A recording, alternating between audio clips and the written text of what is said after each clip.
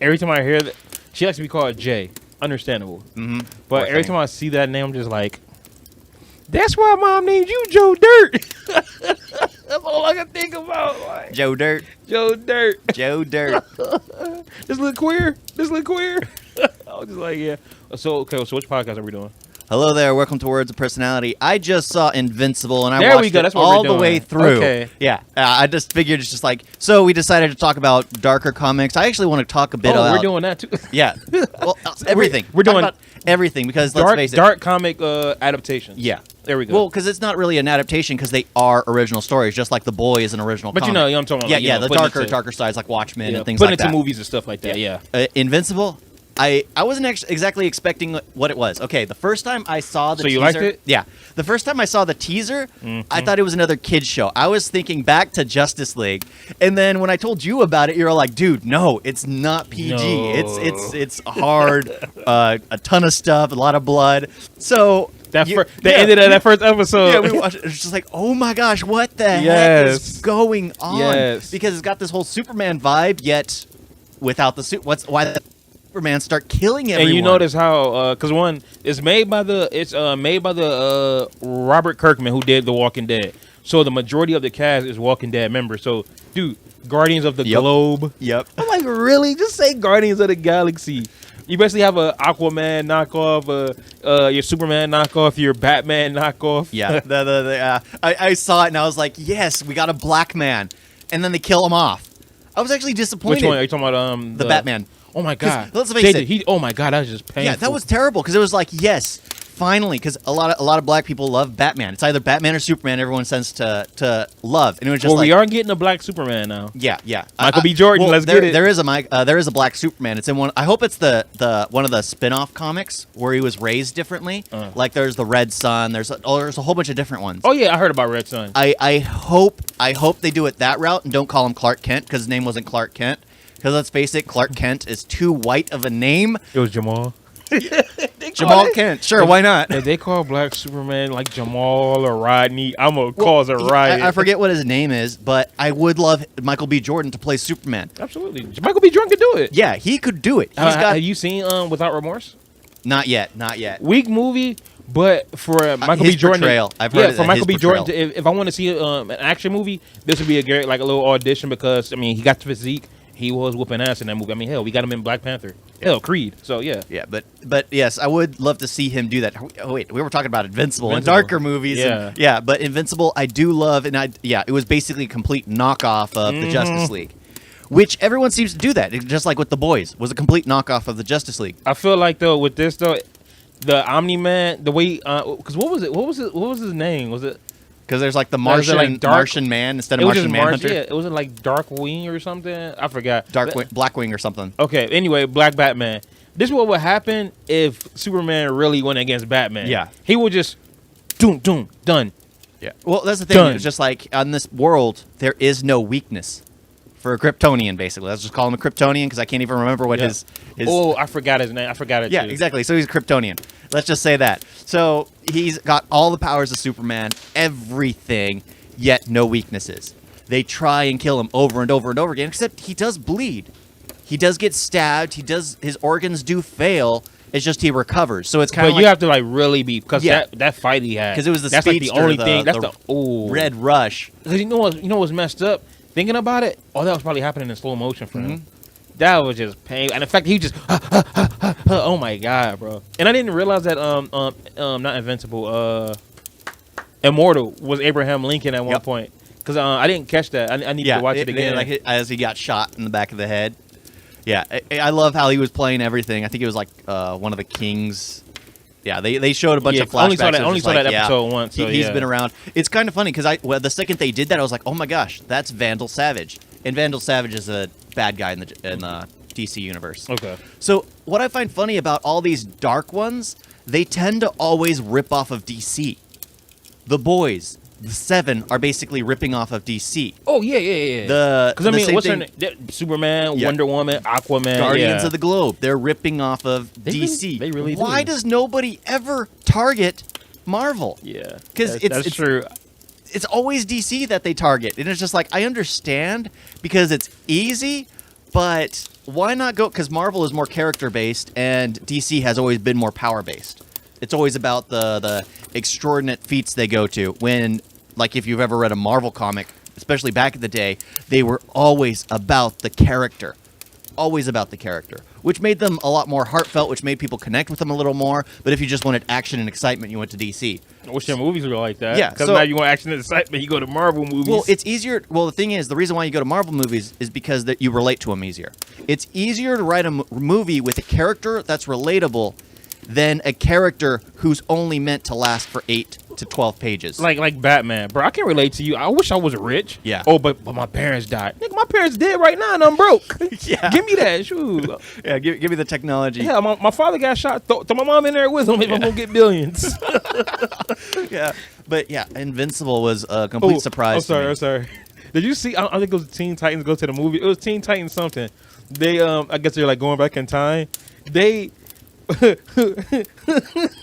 Bruce and his parents they walked past the alley, but instead they took the parents and threw them down the alley, even threw a pair of the pearls. Oh, yeah, I've just seen. just so they can make Batman. So I'm like, bro, y'all just let his parents get killed. Yeah, they made that a joke in the movie. That was so. It was Teen Titans Go to the movie. That was horrible. They made that a joke, and it's just like, oh I my need gosh. to watch that movie, but that was horrible. Yeah. But Static Shock was actually originally a dark. It was owned by Dark Horse at the time. Oh, yeah, and yeah. it was very violent, very bloody, and then DC bought it and turned it into this very heartfelt thing. But yeah, Invincible, very action packed, very exciting. I had no clue what it was trying to do. I like Mark. Mark was a good character. Dude, I didn't care for his girlfriend. Yeah, I did not. The fact that she knew he was invincible and still gave him all that. Yeah, I hated Amber. She was crap. It was just like, what the heck? Why didn't you get with this girl who can relate to you? To Adam Eve. Adam Eve. Yep. Yeah. I was confused at first because it was like, her name's Adam Eve. Why is she called Adam Eve? Why is she Yeah. called Adam Eve? And I was like, oh my gosh. She manipulates molecules on a molecular level, even though there's smaller items than an atom. An atom is was one of the smallest things they'd ever found. And her name So is Eve. Adam, and her name's Eve. So she goes by Adam Eve. That's where she got her name. And the X over the female sign She reminded me of is the atomic symbol.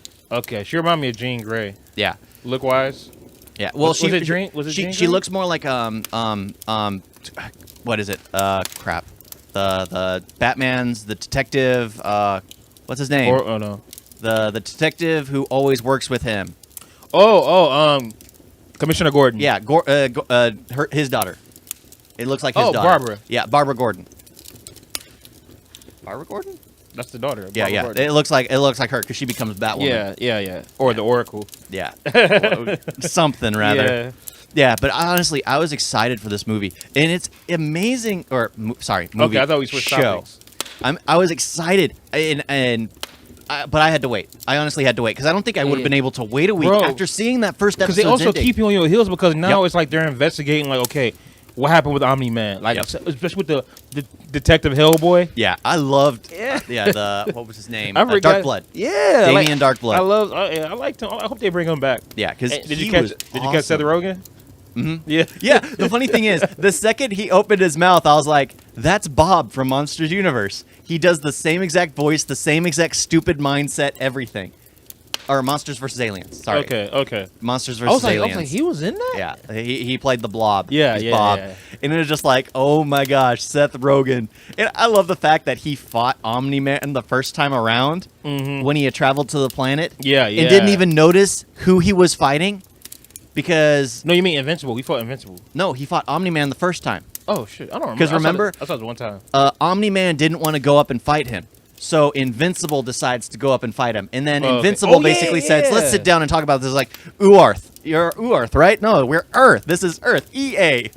Okay, I remember that. I remember Yeah. that. So it's just So like... they sit down with their little rocks. Yeah, he fought, and then I love that at the very end how they do that over again. Sit down on the rocks, and it's like, let me tell you a story. Yeah. And he tells them everything. So what you planning? Oh, I'm just gonna go on and say it. That ending was amazing. Come on to like the last episode.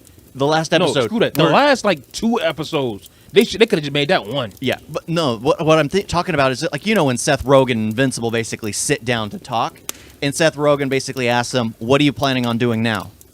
They show these clips as he's going, they show these clips of everyone, like the guy who now owns the tower, who's become a kingpin. Yeah. They show the government Luke agency. They show every single group. And with what music was it? That music was, I love the music, the entire music for this. All the rap and everything. Oh, yeah. But that whole segment was amazing. Only to go back to Invincible saying, finish high school. Because it's like, that ain't going to happen. Mm-hmm. There's a ton of dope stuff that's going to happen. I like the twins. The clones, they always arguing over who's the real clone or whatnot. But I did love the logic behind as to why they do it. Because the one who realizes they're the clone, imagine knowing that you're a clone to a superior being. That sucks. Yeah, that'd suck. They'd end up becoming depressed. So the fact that they each believe themselves to be real, they don't care if the other one dies off. They still call each other brother, but they don't care. And I love how even the good guys are bad, just like Robot wanting to Rudy, wanting to create himself a copy, just so he could be. And honestly, I felt the feels when that happened. He did that all for the girl.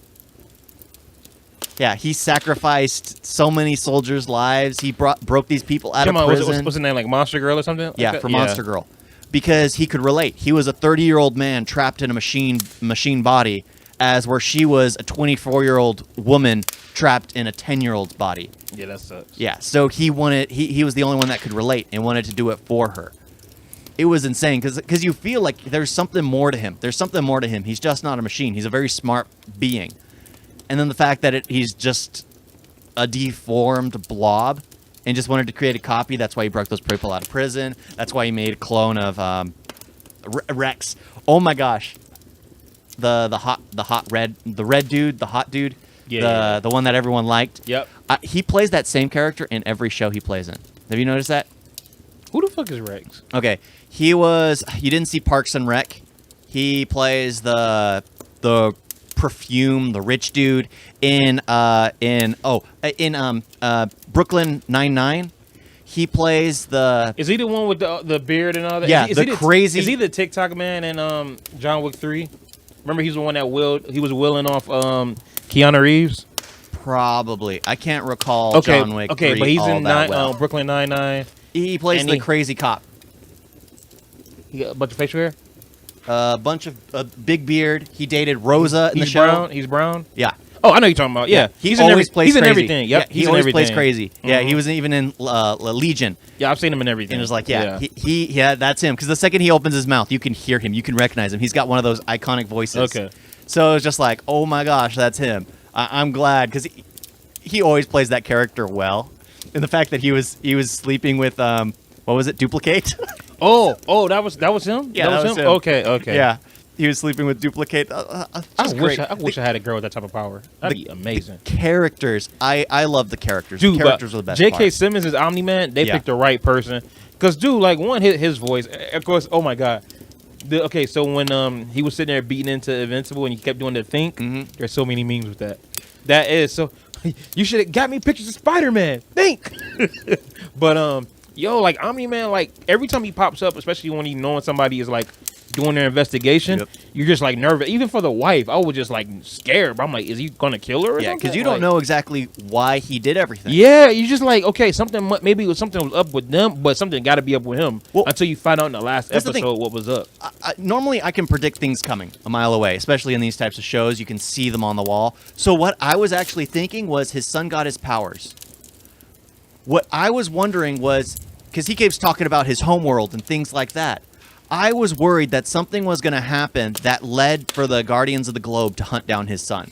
Maybe there's a rite of passage where the children, as soon as they get their powers, they go through a period where they become violent. I was thinking that was going to be the cause, and he wanted to kill the Guardians of the Globe because the second his son becomes violent, no one could be able to stop him. Yeah. Because there are those bursts of rage. You remember when he would instantly become powerful, invincible, and he was wrapped up by that giant tiger dude and broke free because he got angry all of a sudden. Yeah. And was able to break free. There were those instances of power So I was thinking, okay, maybe that's it. Only to reveal the fact that he's planning an invasion and just wanting to integrate the entire. It was just like, oh my gosh, that's insane. Hey, when he went to that alien race's planet and destroyed that entire, bro, they're still planning revenge. Yeah, he held like a asteroid over their head so he can send them, so they can send him back home, and then he just still drops it. I was like, oh my god. But bro, the last 2 episodes when finally, I love what's the agent's name with the face? The agent? It was played by Walton Goggins. Yeah. I love that character. But if y'all make a movie, bring Walton Goggins back anyway. Well, but the reason why I loved him is just like the wife said, this is why I hate you. And he's like, this is why I hate myself too. Because he made all the decisions he had to. He was a legit government agent. Like the guy who was tormenting the other students, brought him in. He's now a part of the government. He's their tool. Because at the very end, they show that guy making drones. Yeah. Hundreds of dead soldiers turning into drones. That guy with the zombies. Yeah. It's just like, he makes the hard choices. He had to banish Darkblood because he didn't want Darkblood revealing that Omni-Man had killed everybody. He already knew. Oh, now you care about him. Yeah. When you like, oh man, it's like, bro, how you care about him now? But yeah, I love that he went toe to toe against Omni-Man for a second. Though. I was like, oh yeah, he's definitely a shit. But I wish they explained more of his teleporting power. I guess it's a gadget. It's a gadget. Because it's just like, I think it would have been cool if the reason why he had his position, was a gadget, right? I believe so. But I think it would have been cool if the reason he had his power was the reason why he had his position was because of his power. He can go anywhere in the world and talk to the heroes that he needs to, send them around. But the fact that it's a gadget kind of lessens his, True, but still, the fact that he's just a regular human with these type of gadgets and has no problem going up toe to toe with Omni-Man. I thought it was cool that he popped in and popped out of situations just talking to people. Just like, okay. But it was freaking cool. I love the visible cloak that he having. Yeah. And Omni-Man just, Yeah. The one thing I did love, like, when they walked into that completely white room. Oh, yeah. And he was just like, lights. And then instantly it was just like, oh, well, this is something we put into the water supply. Because there are people that believe that we're controlled on what we see because of what's in the water supply. You remember it was also in the Monsters. Red 2, right? Red 2, yeah. John Malkovich. In Red 2 and what is it? King Kong versus Godzilla? Or Kong versus Godzilla. That makes sense. That crazy guy who was basically saying, are you tap water? Yeah. Because if you drink what's in the tap water, people believe that there's things that you'll be controlled. What you see. Yeah. I don't have to worry about that. I live on a well, so... Yeah, so it's just like, as soon as I saw that, I don't drink tap water no more. I'll stop drinking tap water. But then again, you're drinking bottled water, which is controlled by companies. Y'all drink bottled water too. No, I drink tap water. You drink tap? It's from a well, so it's not tap water. Hey, bro, you actually over here got me bro, but I don't. Yeah. So technically, you drink from a brand, which means you're controlled by the capitalist. Whatever, because they can control whatever you think. Kill them if they try something. Yeah, but it was funny. The second they said that, I just thought of tap water. I remember that nickname from King Kong versus Godzilla. Yeah, and it's just like, because it's become more prevalent. They talked about that more and more and more. It's a conspiracy theory that's getting more and more known. So I just thought that was funny that they threw that in there. It's just like, we throw something in the tap water so we control what you see. Last 2 episodes were you were lucky that you waited. Yeah. Because seeing like when I don't think I could when they brought Immortal back and then he went after Omni-Man and then all of a sudden like Mark sees everything, you have to wait the next week. But dude, the fact that entire episode was just Omni-Man just destroying Mark, bro, it was sad, bro. Yeah. It was really sad. Oh my god, bro. Like, dude, the train scene. Yeah, where he holds him in front of the whole thing. God. Letting him know it's just like, this is what you're fighting for, just like, how weak are they? And then you even see like the guy going over to the little girl and then he just splat. But I think the best death of that episode was when the guy in the jet, like, he saves them? Yeah, he saved, like, now why would you do that, Mark? Huh?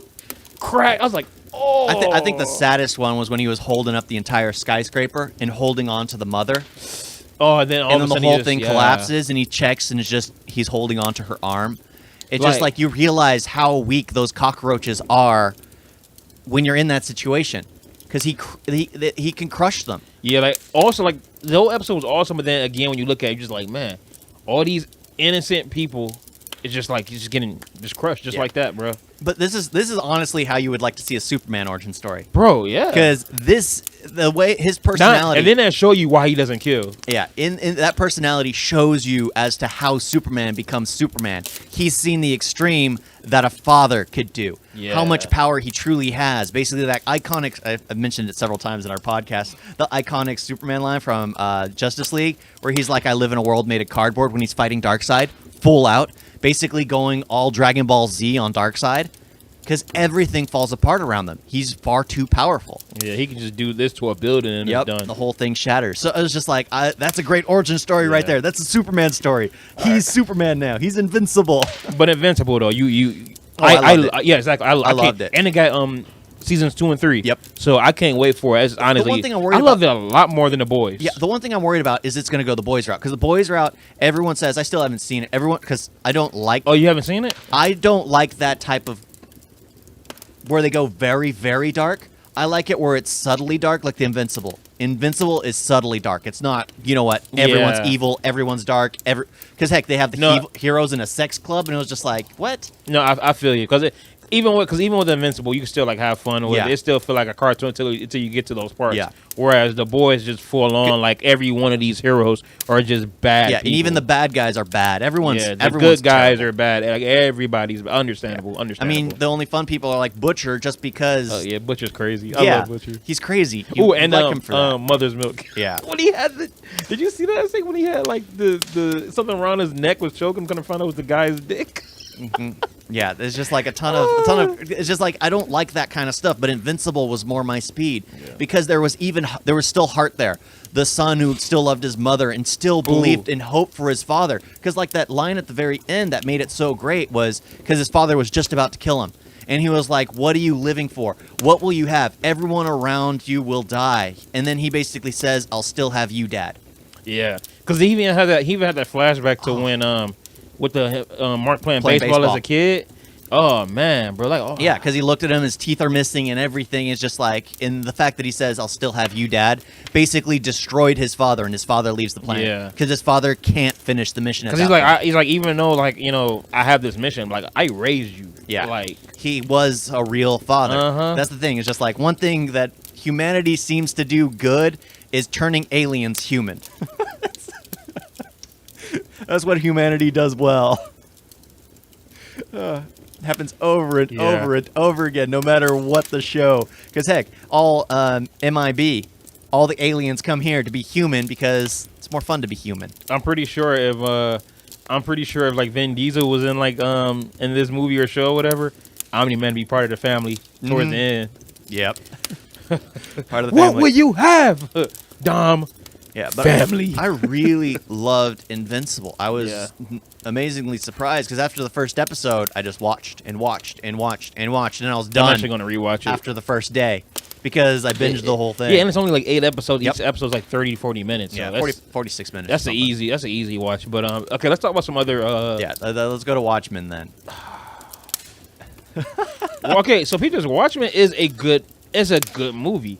It's dark and it has some good action. It has good characters like Rorschach was great. Rorschach's the most iconic character. But that movie, at the same, that's a movie that I have to be like really, really be in the mood for. Well, and depending on which version I watch, that movie is something that Zack Snyder was perfect for. Absolutely, it worked. Yeah, it worked fine for that because it matches his tone. And I know I get into a lot of hate on Zack Snyder. I'm not a big fan of. I love his cinematography. His storytelling has much to be desired. He's a dark storyteller. So I've hated him ever since they gave him Superman. Because the thing since they gave him just DC in general. The Watchmen was DC. I'm talking about for the DCU. Yeah. But the thing is, it's just like he's the type of director that can write dark things because he only thinks darkly. Superman is a character who can't be dark. His struggle is with trying to control his power.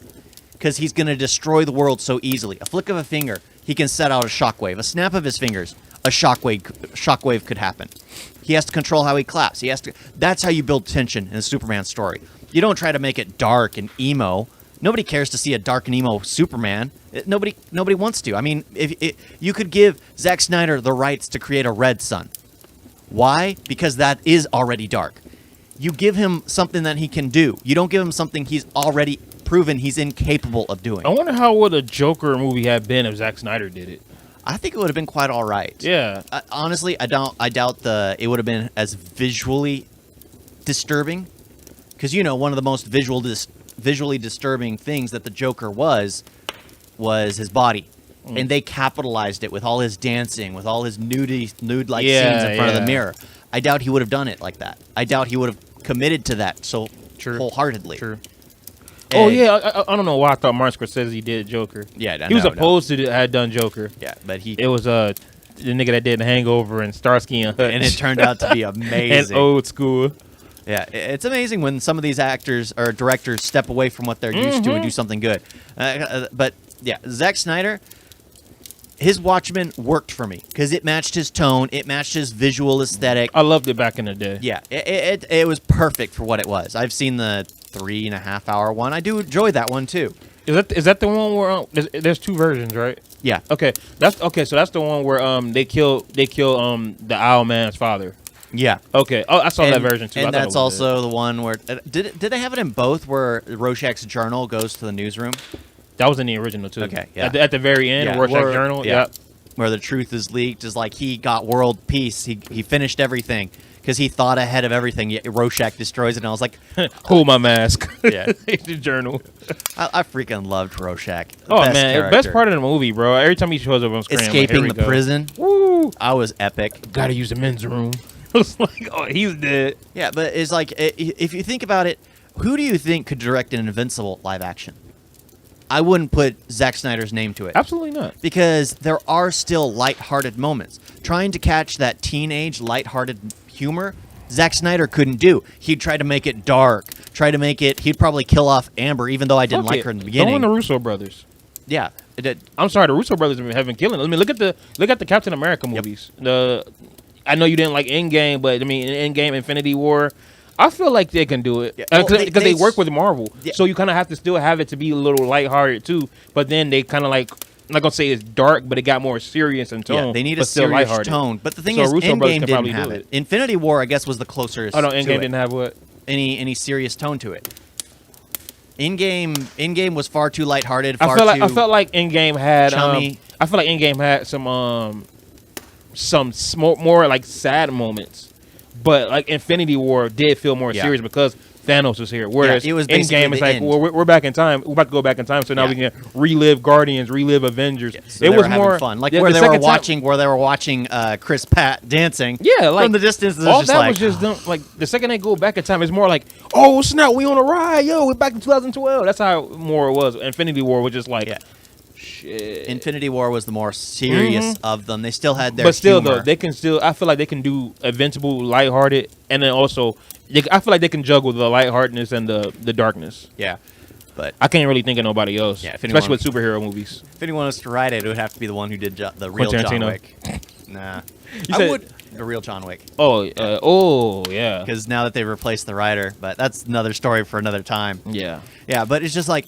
I'm trying to think of who could actually do a live action because the show itself, the cartoon. I love the fact that it's on animation because when he crushes skulls, you can't get that close up. No, you couldn't do that one. You really couldn't do that. Because you would notice the CGI, you'd notice the practical. It wouldn't look as good. Yeah, the fact that it's like this, the close up on the eyeball as it starts to bulge, and you know what? Keep it a cartoon. I don't want this to be live action because then it's gonna be watered down. You won't be able to see nothing like that, and if they do, it's gonna be mostly CGI. Yeah, and then it'd be like practical effects, and all of a sudden you can see the cheap eyeballs and stuff come up. Yeah, and so I like the way it is. I'm trying to think of who would actually be good for it, but yeah, keep it as what it is. Because I'm trying to think of what other darker Spawn. Oh, freak, yeah, Spawn. That's why I wanted you to shut up so I could talk about Spawn. Spawn. Oh my god, like. Yeah, Spawn. Okay, is Spawn rated R or PG-13? It's PG-13. PG. No, it's not PG. It's either R or PG-13.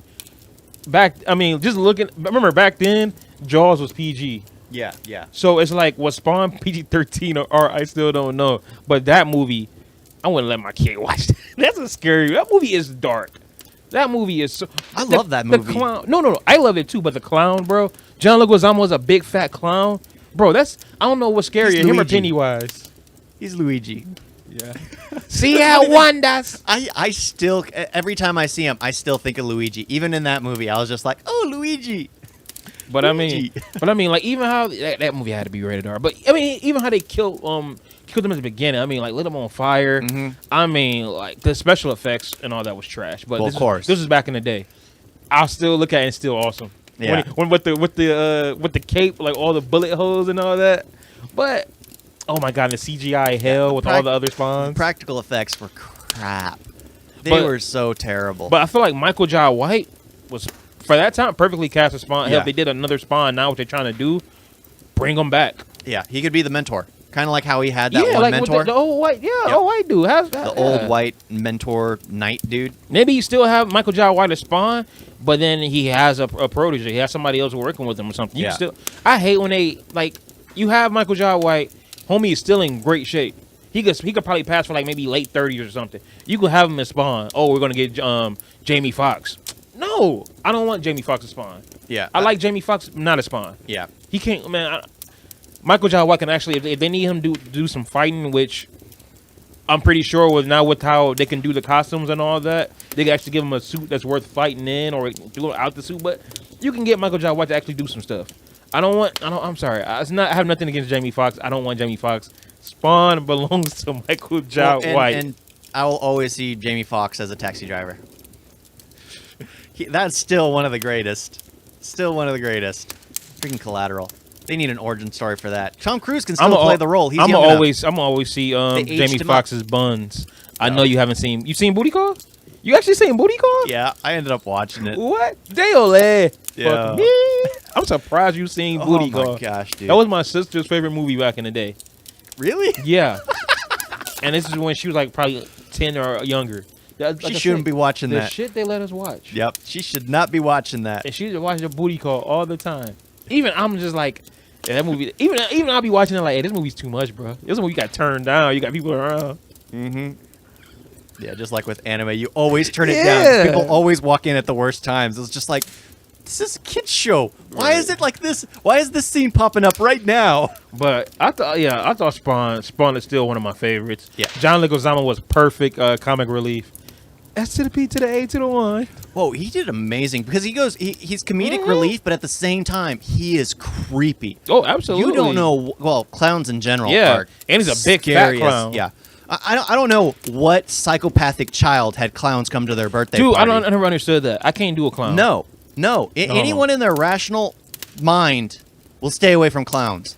Those things are psychotic. It's a person in makeup. Ain't no telling what they look like. Yeah, or with big what their shoes and preferences are. Yeah, bro. Their nose, their orange hair. They're hiding something there. Yeah, don't trust anyone in makeup. I'll just say that. The only clown I messed with back in the day was Bozo. R.I.P. Yeah. R.I.P. to Bozo. But that was the only clown. After that, I think after I saw what's his name, It with Tim Curry. Yeah. The one thing I'll say is don't compare the Joker to a clown. Joker ain't no clown.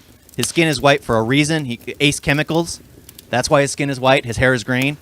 That is not makeup unless you're looking at the Heath Ledger's. Heath Ledger's, that's makeup, of course, because they had to change his story up a bit. But yeah, don't you ever call the Joker a clown. I guess you could call him a clown in the Joker movie because he was a clown. Yeah, Clown Prince of Gotham. All right, so shut up. He's a clown. He's not a clown. He called himself the Clown Prince. He's a clown. No, he's not a clown. If he called himself a clown, he's a clown. Yeah, because the Joker's his mama named him Clay. I'm gonna call him Clay.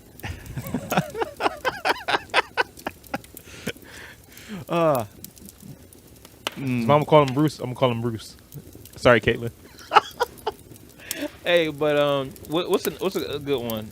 I mean, Constantine. I know you love Constantine. Okay, Constantine is one of my. Please come back and play the role. Keanu Reeves. Yeah, absolutely. Yeah. Enter the universe. Just play that role. You'd be the only redeeming quality of DC. The only redeeming quality. Because I still don't know what's gonna. I still want to see, especially after he took away his cancer. Yep. It's like, bro, you know, Constantine's gonna mess up somewhere to where he's back in the same. Like, I'm about to go to hell again. Yeah, because that's one thing I absolutely want to see over and over again is Keanu Reeves playing Constantine, playing that character, playing that wanting to be alone. Yeah, bring back what was it, Shia LaBeouf?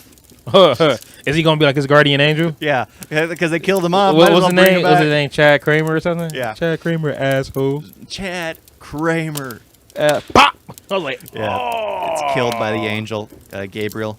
I didn't know they had a end credit scene where he is an angel. I was like, nice.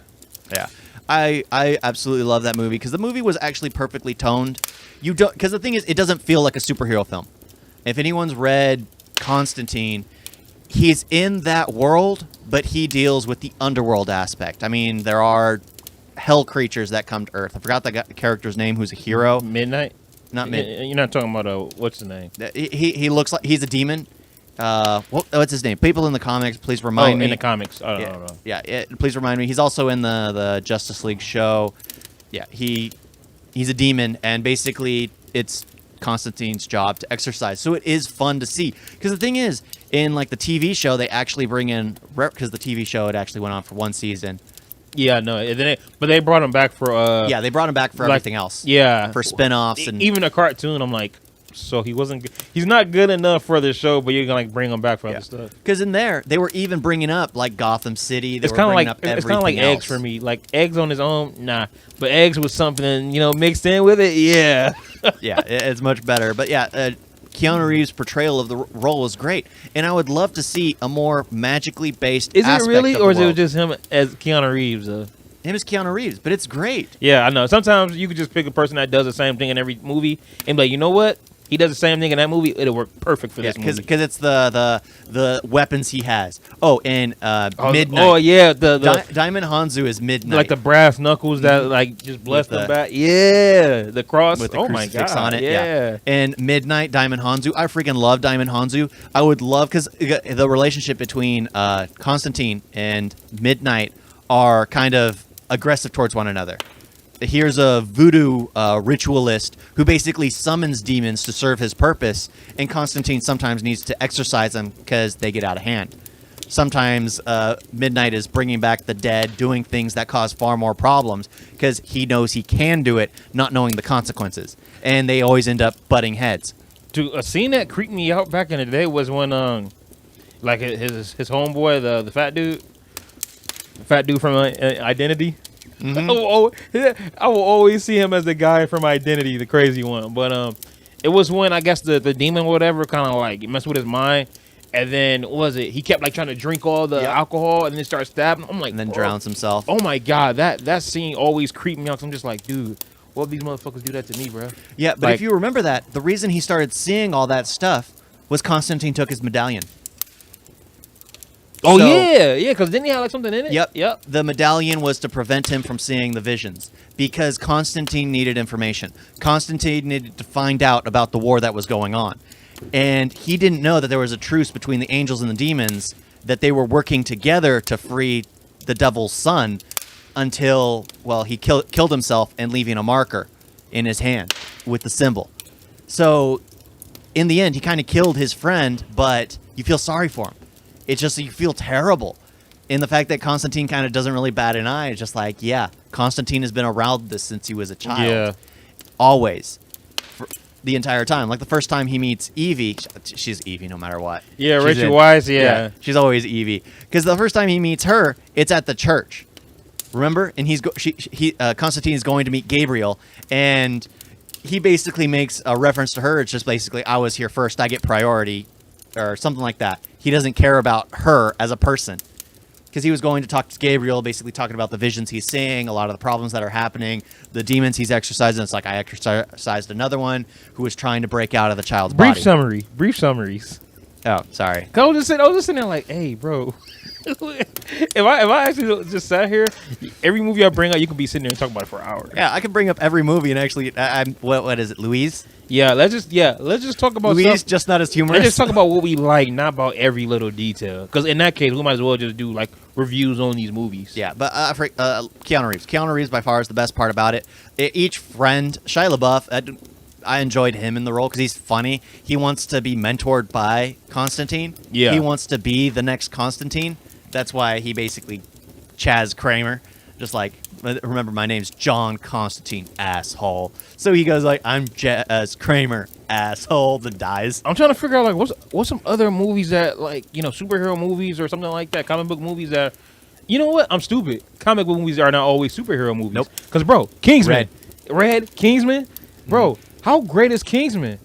And okay, because they're actually getting the creator, Mark Miller, to do a superhero show for, a spy show for Netflix. Okay. They kind of want that same Kingsman flavor. Well, the one thing I'm disappointed about with Kingsman is they're doing a prequel. Okay. They're going to lose the chance to do a sequel. Because with everything that's going on, all these movies flopping, like, Dude, we're never gonna get Kingsman 3. It's gonna be a hard chance for that movie to even hit 100 million with the way things are, and with how it's not a sequel, it's a prequel. So now we don't have Eggsy, we don't have Harry Hart, we don't have none of the characters that we love. They're all brand new characters. You should have finished your trilogy first, then move on to the prequel. Yep. Because now it's like, oh, well, we're still gonna do that. If people don't want to see this, studio's like, well.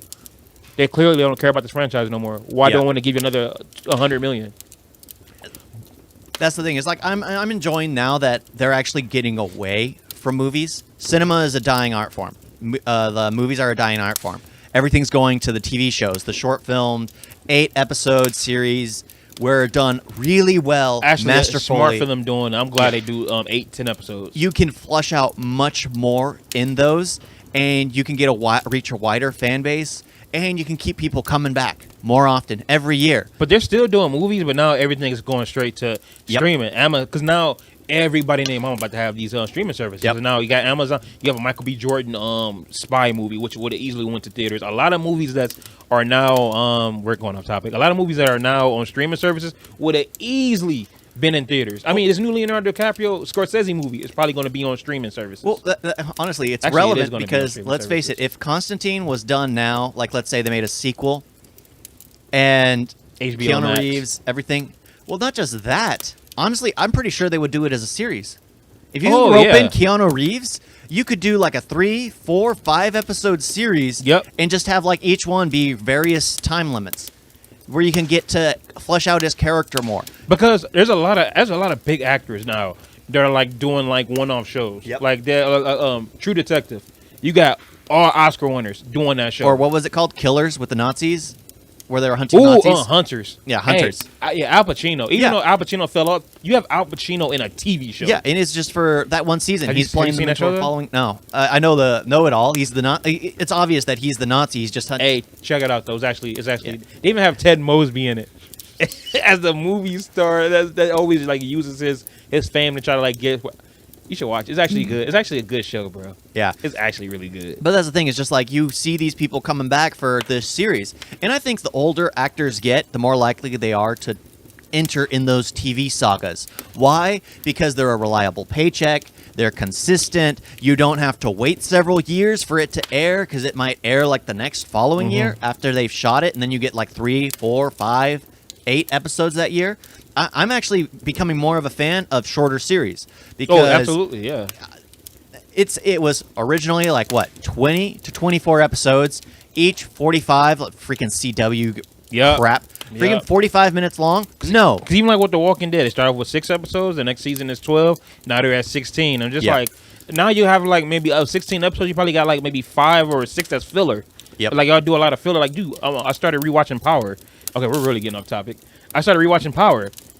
I'm already on season 3, and I just started watching it like maybe 4 days ago because each episode is about an hour, but there's 10 episodes. Yeah. Stop giving us.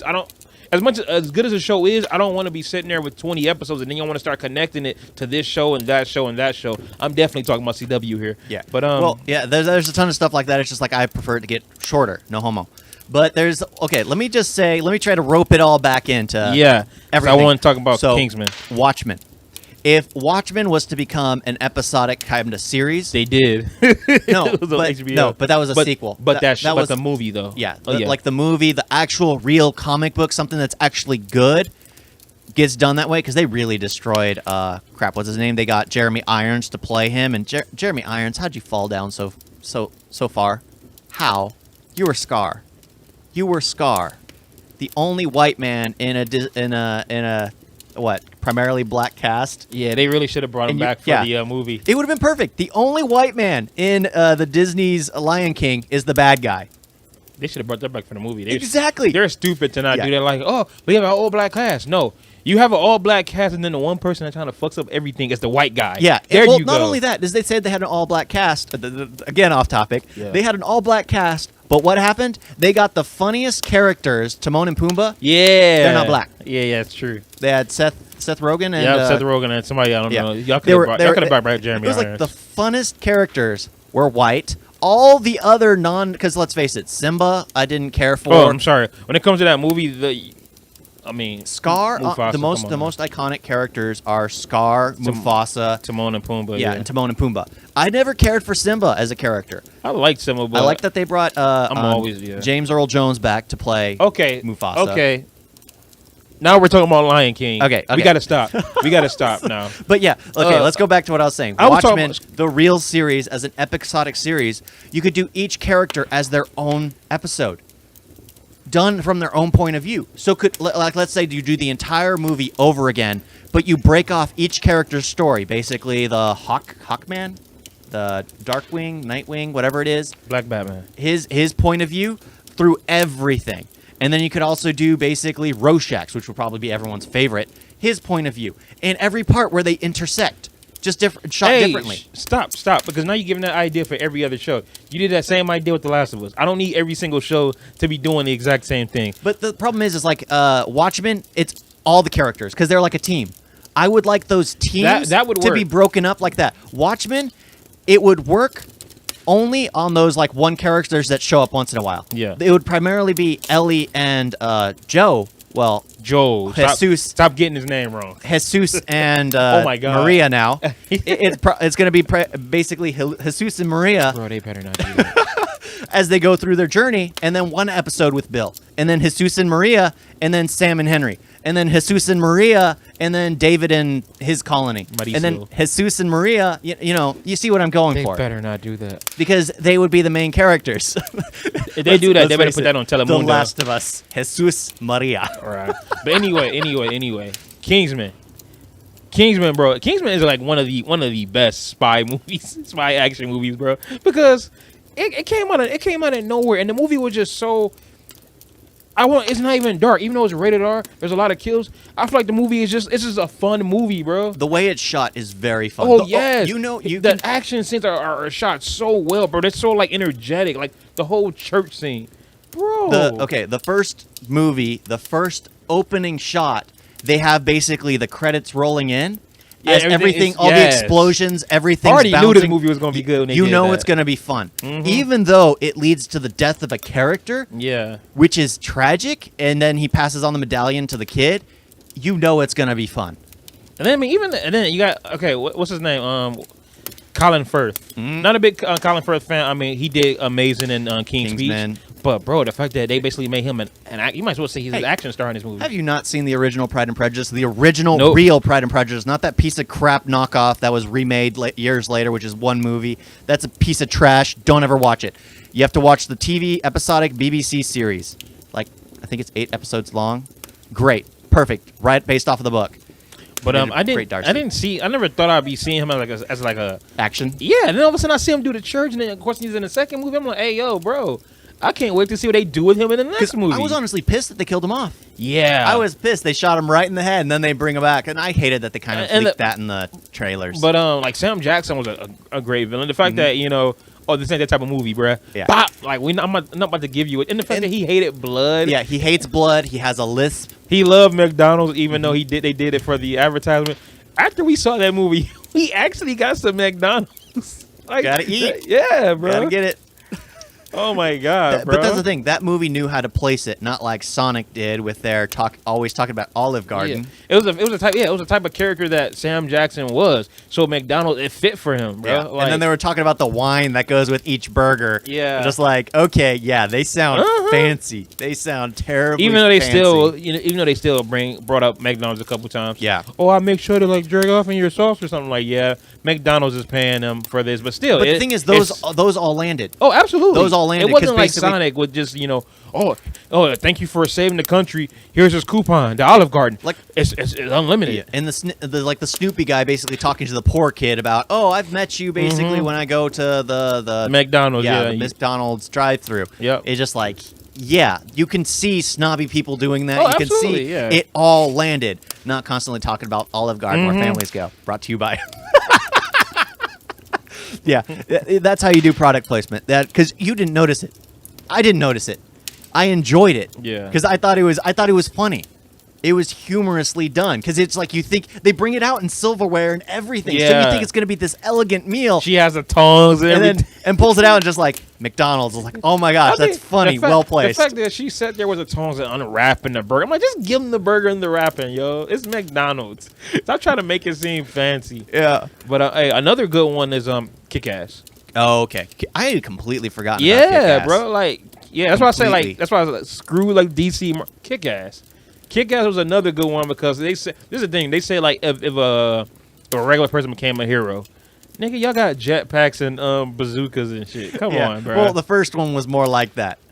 The first one. Oh, the first, yeah, And but still, the fact that he wants to be a hero and then all his bones get broken and then he has titanium bones put in, so it's like, I mean, he got stabbed and hit by a car on his first run as a superhero. But the fact that what got me wanting to see it was not only Nicolas Cage, but the fact that they have a 10-year-old girl sitting there like fighting, shooting, stabbing. I'm like, wait a minute. yeah, And then here we are. That's gonna be my future wife. yeah. that was crazy though. The fact that he raised his daughter into that is just like, what the heck is in wrong? the comics, he raised her like that, but he actually was just a regular like accountant or something. Yeah. He wasn't like a cop. So they were just normal people. I looked into the comics a lot, but the movie, from what I saw at the comics, they followed it a lot, and I still see Aaron Taylor Johnson as Kick-Ass. I don't care how high he has gotten over the years, facial hair, he's built up. I'm like, you could fight alongside Godzilla all you want. You're still Kick-Ass. Yep. And Nicolas Cage, bro. Or Quicksilver. I love Quicksilver. And I love how Nicolas Cage actually disguises his voice. Yeah. Red Mist and Kick-Ass. I was just like, it's horrible, but it works. Oh, and of course, Mark Strong is always the Yep. perfect villain to get. Except in Kingsman. Oh, I was surprised That's the he thing. wasn't a villain. I was sad when he went out. What was bro. it? Country Road, Take Us Yeah. Home. Actually, So sad. okay, so actually he might be alive because even though they blew him up, there was a behind the scene photo of him wearing the green screen pants. Yep. And I think he was supposed to be at a wedding, Eggsy and the princess's wedding. So he actually might be alive. I don't know if they're still gonna go that route. Duchess. But Well, especially since they can't be shooting it right now. yeah. They're waiting for the prequel. But I mean, yeah, Kick-Ass action was good. I love the comedy. What was with McLovin back then? Why was McLovin still such a huge deal? Because him as Red Mist, like again, he was still funny, but I was just like, no, Yeah. Because he in the second one, that's when it got darker. Yeah. Because I mean, dude, they were actually getting ready to rape his girlfriend. They did in Well, the comics. they did in the comics. They gang raped her. Yep. I was like, wow. Yeah, they did it in the comics. Why they kill John Leguizamo though? Yeah. Oh, like y'all got John Leguizamo. Brought in Jim Carrey. Yeah, they killed John Leguizamo. They killed Jim Carrey. Homeboy from Get Out was in it. Dark Death or something? Black Death? Yeah, Black Yeah. Death. I freaking. But the action in that, 'cause I love how in the second one, now it's all mostly about Hit Girl trying to, live a normal life and all that. She's dealing with boys, cliques and everything. So I enjoy that, even though she's the best part of her and Big Daddy are the best part in both movies. Yeah. So if you're not gonna do a Kick-Ass 3, give us a Hit Girl movie. I would like to see like what she's doing now, still on the run and all that. Of course, and you need to bring.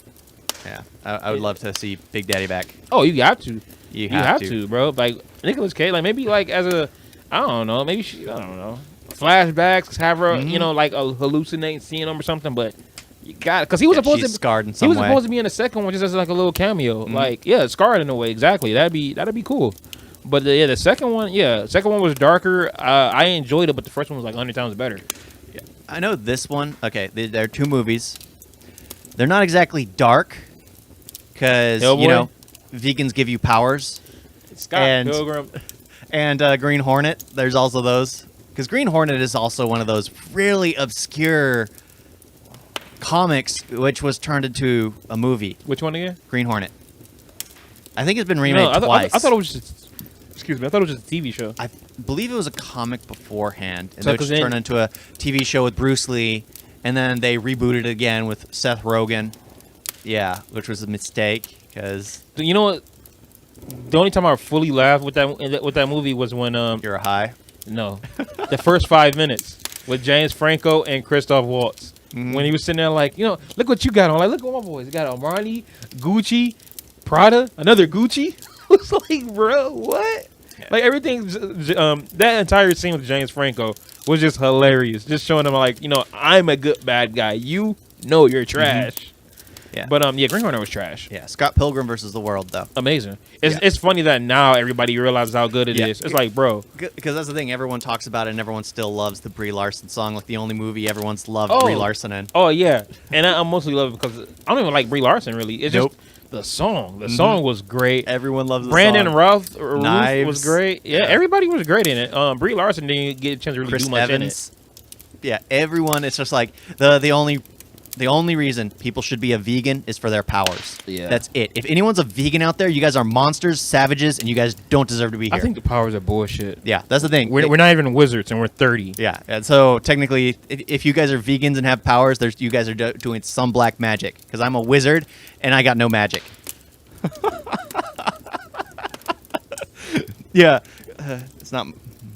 I was really like trying to like. I was really like looking at that that soda can, just like if I just focus good enough. It'll move towards you. Yeah. Yeah. But that's the thing. It's just like, I freaking loved that movie. Because it's like Yeah. the opening shot where they kind of introduce the personality Scott Pilgrim has. He's walking into the room, and it's the same thing in the comics, where he's walking into his friend's, where he lives with his friend. And Oh, everything starts popping up with his friend's name on it. Oh, This yeah, is his, thing this is that's his, this is ding, his. ding, ding. Even the Don't, toothbrush. don't. Ding, ding, Even ding, the ding, toothbrush don't. was his Yeah. friends. They share everything. Because his friend is the gay, friendly, nice guy. Hey, I love And how he's the mooch. I love how he's always sleeping in the bed with what's his name is Wallace and his boyfriends. Yep. Oh, you didn't kiss her? What are you, gay? It's like, dude, Yeah, it's just like they're the gay couple and they're Yeah. teasing him. Yeah. bro. Scott Pilgrim is probably one of the best movies based off of video game, yeah. comic book, all that. Everything. Yeah. Because it's hilarious how this guy, Michael Cera, is pulling in the girls. How does he have two basically fighting for him all at and once? they both look good. Yeah, Knives is freaking crazy, and it's just like, what the? Oh, have you seen heck? Have you seen Knives now? Yeah, because it's just like, oh my gosh, That's a fortune cookie. great movie, The great side, movie. the side characters are great. Even the boss fights were awesome. Like even the fight where he had to. The only boss fight in that movie that was trash was with two Asian guys. Yeah, That was trash. That was whatever. But everything else was great. especially all the it basically like the what is it, the comic book combat where everything, the special effects look like a comic Pow, book strip. like stuff yeah. like that, like Pow and stuff Yeah. like that. The coins, like that movie is basically a video game / comic book just brought Yeah. to life. That's how you do it. Because that's what made what is it, Into the Spider-Verse so great. It was when he's running, he'd saying something and have like comic book strip in its quotes there. And even sometimes, like in Scott Pilgrim, where you get to a cutscene and then the ratio changes too. So Yeah, the fact that that's what everybody made just Speed now, Racer so great. yeah, And Speed Racer. give it a few more years, and everyone was saying, Yep, how how great, great Speed Racer is. Speed Racer. You know, it really, it is a Hot Wheels movie that you think about it. Because I mean, they put Speed Racer basically in the future. Well, they put Speed Racer in his element. The problem is, Speed Racer's element is the dirty racing, where they're using all the tricks and everything, where he had one lap of, and then Yeah. he went back to the Grand Prix. Because that's what it is. It's basically, what is it called? Dirty dog racing? Crap. What's that TV show? What's that TV show, with the sinister guy with his laugh? Oh! Stop! Wacky races. Wacky races. Because that's basically what it is. It's supposed to be wacky races. Yep. And it was that. With For that short period the of guy time. with the dog that be laughing like, Yeah, because we're Oh, that wacky part where races. they're starting they show all the cars and then they show all the hidden gadgets underneath them. It's just like, yeah, that is real Speed Racer hey, right Speed there. Racer was fire. The action, dude, it's like the cars were fighting each other, bro. Yep.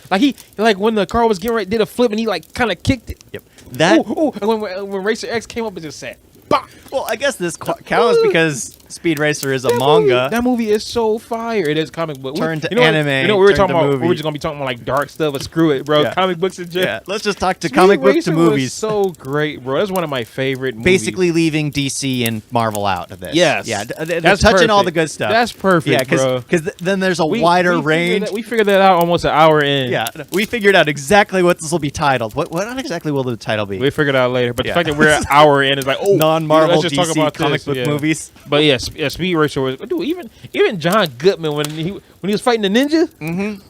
Yeah, because it was cheesy, super cheesy, which made it so great. The color scheme, Oh my god, over yes. the top, like the piranhas and everything. That guy when he had to stick his finger into Yes. the piranha tank. Oh, and I love the shot when they're shooting up the he's shooting up the truck and you see everybody like kind of like jumping. Yep. Oh, you know, I would say it's like something like from the Matrix. I forgot.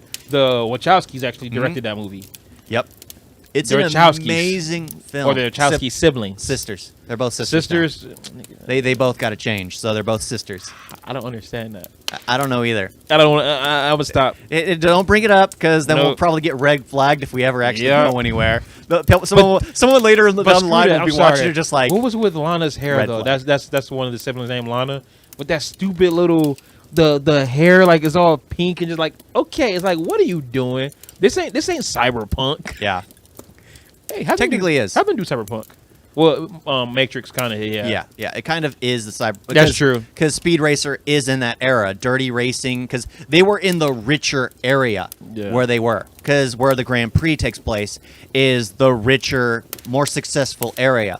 Where Triple X was it Triple X or Rex Racer? Racer X. Racer X, yeah, Rex Racer, what he was originally Yeah, called. yeah, Racer Rex, X.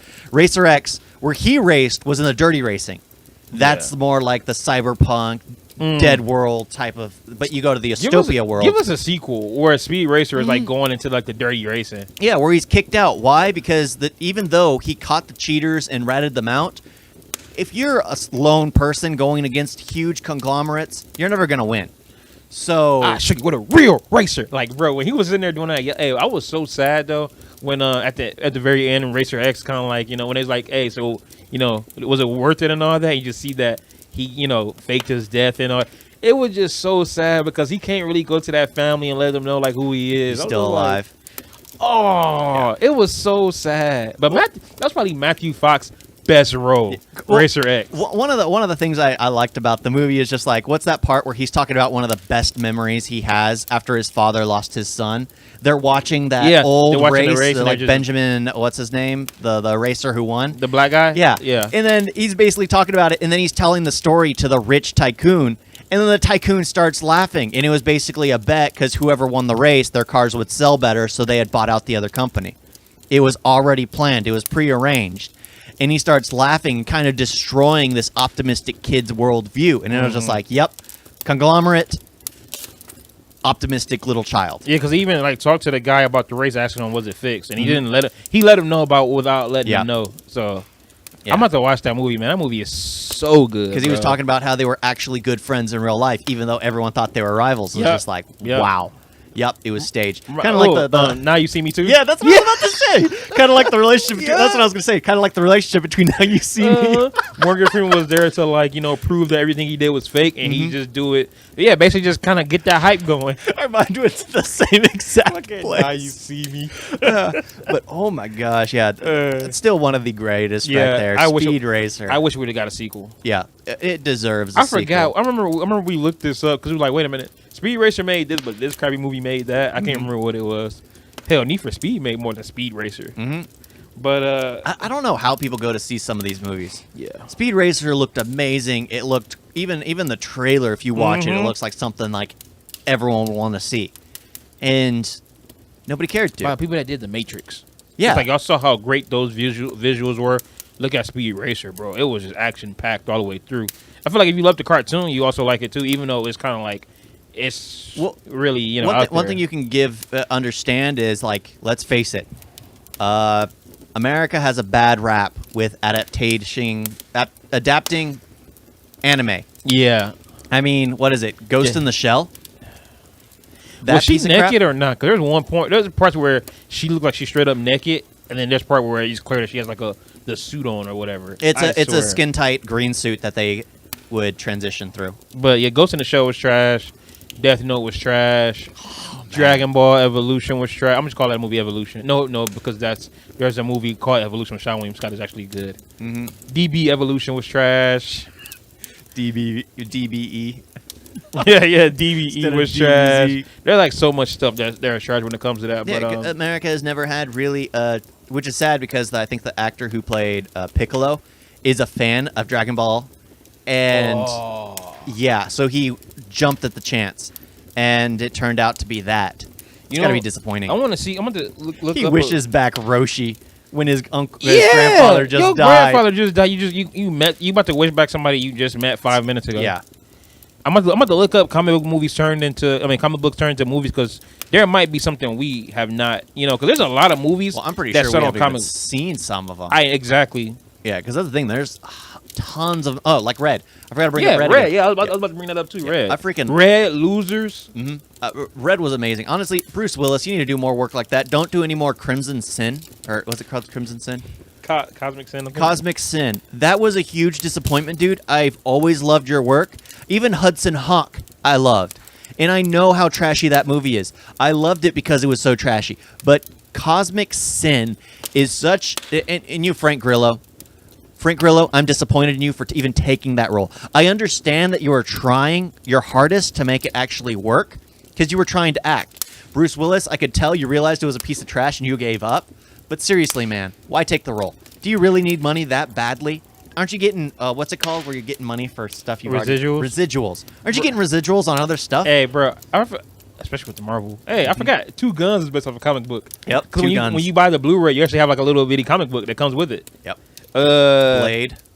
But then again, Blade is the darker one. But Blade was great. The first two. Blade 2 was the best one, I think. Let's talk about Wesley Snipes' Blade then.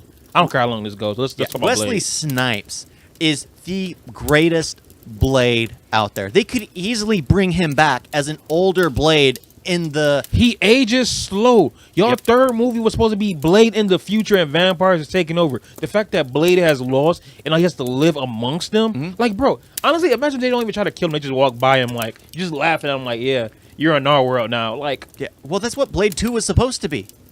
Because you remember the ending of the first one? He's hunting vampires in a world ruled by vampires, looking for Wesker. That's how it ends. He's in the snow in like Russia. In Russia, yeah. Yeah, they're nothing but vampires. It's a world of vampires already. Hey, this is my question. Did he take a commercial flight to Russia? Like, was he on coach? Like, I want to know, how did he get to Russia? Was he really on coach? With He could be in the sun with that big ass leather on. Hey, I have myself a Matrix getup, Wesley Snipes Blade getup. I think almost anyone has that long, or who has a long trench coat like that. I wouldn't mind getting one, but it looks cool. It looks dope. Heck, I even got the Matrix glasses. But Blade 2 was the best one because I mean he had to work alongside the people he's trying to kill. Yep. Against a greater threat. Yeah. Until they turned their back on him. Yeah, and it was also directed by Guillermo del Toro. Yep.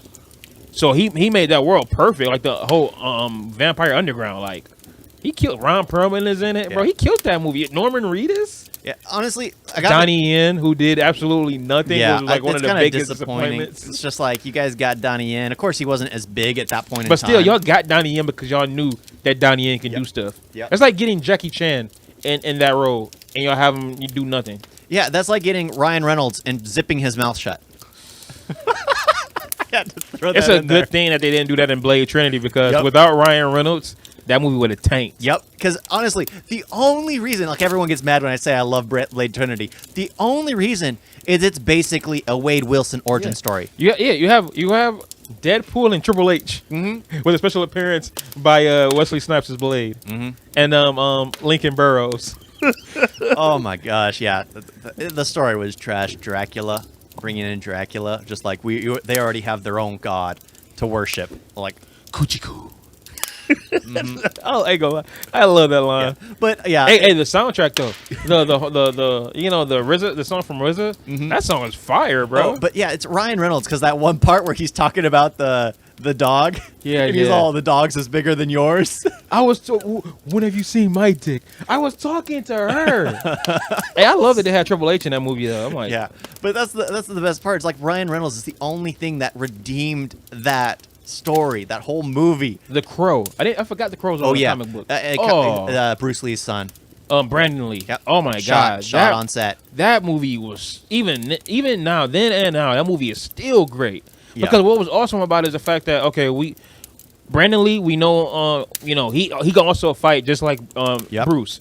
But in this movie, he's shooting, he's doing sword play, he's fighting, he's doing a lot. And honestly, if he was still alive, that movie would have definitely boosted his career. Yeah. Because I feel like everybody loved that. Everyone loves that and that's movie. a dark comic book movie. That is an amazing movie, and it's tragic, basically, how it happened. And the fact that the scene was kept in the movie, the live. Because now I remember what scene it was. It was when he walks in and finds them, getting ready to rape his wife, and then Fun Boy shoots him. Yep. So I'm like, wow. So that's the part he actually dies. It sucks because I kept always wondering where it happens, but now the fact that I know it happens at that spot makes me want to watch that scene. Yeah, it's tragic because they kept the shot in there. They kept everything, and just like you're literally watching someone get shot before your eyes. Yeah. It's like literally watching a documentary where it's live and everything like that. Mm-hmm. It's insane. But your mind suspends it because you're so used to seeing that fictional stuff. But yeah, he literally was killed there on the film. Yeah. And the whole allegations that it was basically a plant there from China because his father, showed the martial arts secrets. Same thing with how Bruce died. They're still on that. Yeah. Everyone has these, what is it called? Conspiracy theories. Always. Ooh. When something tragic happens, you blame something else. Just like the tap water or poisoning our tap water. One of the best comic book movies. I can't believe we didn't bring this up. Elektra.